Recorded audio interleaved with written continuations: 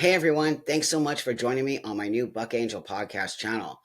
These are where the interviews will be with all the people I've been lucky enough to interview. Everyone from trans people to detransitioners to gay people to straight people to anyone, people who've taken medication, anything and everything. I've been so lucky to have these interviews. So I hope that you enjoy these podcasts. I hope that you like, I hope that you subscribe. I hope that you actually send these to people who might need to see them. So with that, always and forever, thank you so much.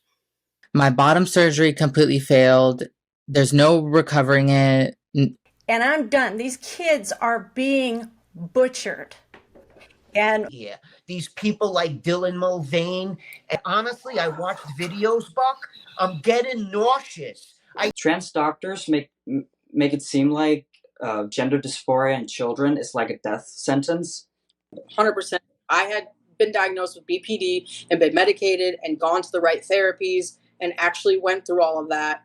There's no way I would have gone on testosterone. The gender dysphoria that I had living in between was so severe. It was so much worse than just living as a gay male. Wow. Because I just didn't feel I had an identity. 20 years ago, when you saw a pride flag, when you saw a rainbow flag, it was like, and you knew you were in a good space and it meant something different. And now when you see it, it means something political. It's politically charged immediately. I feel like other people look at the pride flag now and go, ugh. Being a woman is now not a biological thing according to, this ideology. It is a feeling that you have. At the beginning of my transition, I was very angry because I was biologically female. And, it took years to finally look inward and say to myself that it's not a medication that's solving my problem.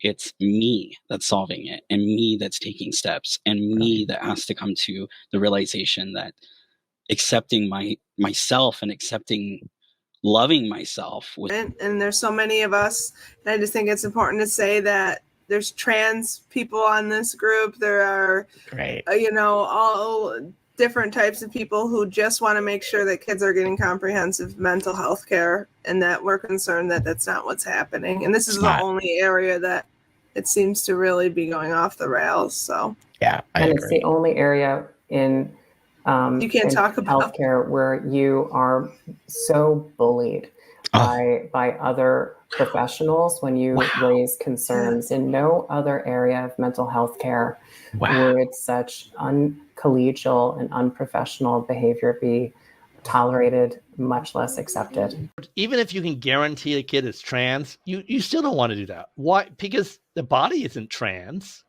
That's where they your body is not trans. Okay, your body is either male or female, and there's very few exceptions that have all sorts of other disorders.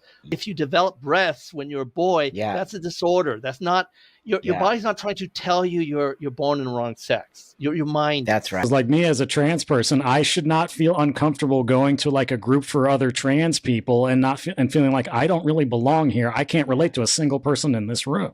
It's like we should not be having that problem. Because I'm looked at as like, I'm perpetuating, cis normativity, and I'm like, I'm perpetuating just normativity. Because a lot of adults struggle with the idea of gender identity, clearly. So how are we expecting kids to have an idea?